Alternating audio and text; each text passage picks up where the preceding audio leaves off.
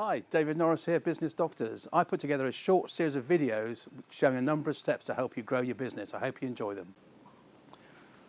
So step one, again, this looks like a really obvious statement. Understand why you want it. What we've found in some small businesses where the owners launch themselves into their company is they crack on at a huge rate, and sometimes they forget about why they're really doing it because they're so busy dealing with the day-to-day out there. We sometimes lose sight of what the ultimate goal is. And it's really about trying to work out what success looks like for you. And it's good to start with that in some ways, and then try and work back. Because ultimately, your personal aspirations as the shareholder or owner of the company are really the key driver, one of the key drivers in your business. And a lot of the decisions you make as you go through your business journey, in some way you should try and relate them back to those aspirations, because only by doing that will you then, at the end of that journey, think, actually, I got it right. I feel fulfilled, and we've been successful. And as it says there, it's a little bit about taking you out of the value equation to enable you to, or your business to run without you being in it, doing all the day-to-day stuff. But we do it for lots of different reasons. We go into business because we feel we can do a better job than the company we're working with, for example, or maybe we've got made redundant and got some cash to invest in something. We may be doing it because we want to sell our business in 2 or 3 years' time. Lots of different drivers for why people get into business. But it's just a reminder to say, just take a step back and remind yourself why you want it in the first place.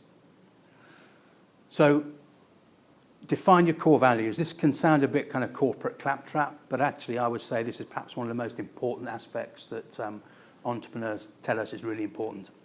So we see that successful entrepreneurs demonstrate very, very strong core values. So what is a core value? We've all got them. You can't go and buy them or people give them to you. We've all got core values. And it's really about the founding principles of what you stand for, what your business stands for.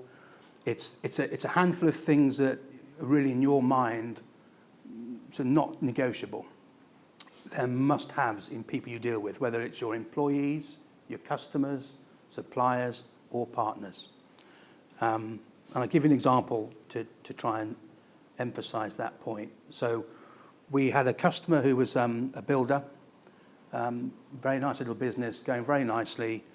He was a perfectionist. So one of his core values was perfectionism. That can be a good thing and a bad thing, but nevertheless, one of his core values.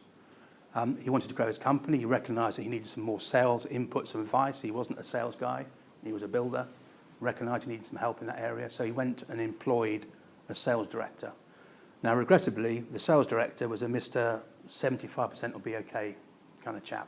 So you got the owner, who's an absolute perfectionist, who's just employed a guy that he's okay at 75%. Well, that didn't obviously connect with the owner, and sure enough, a few months later, at some expense and some delay to the growth of the company, he ended up replacing that sales director and spending more time focused on recruiting on the core values rather than just looking at the CV. So we all recruit people as we grow our companies, and we never read a bad CV, do we? No one says, I'm really rubbish at this. People look for different things to grow their company. So core values, I think, really, really important.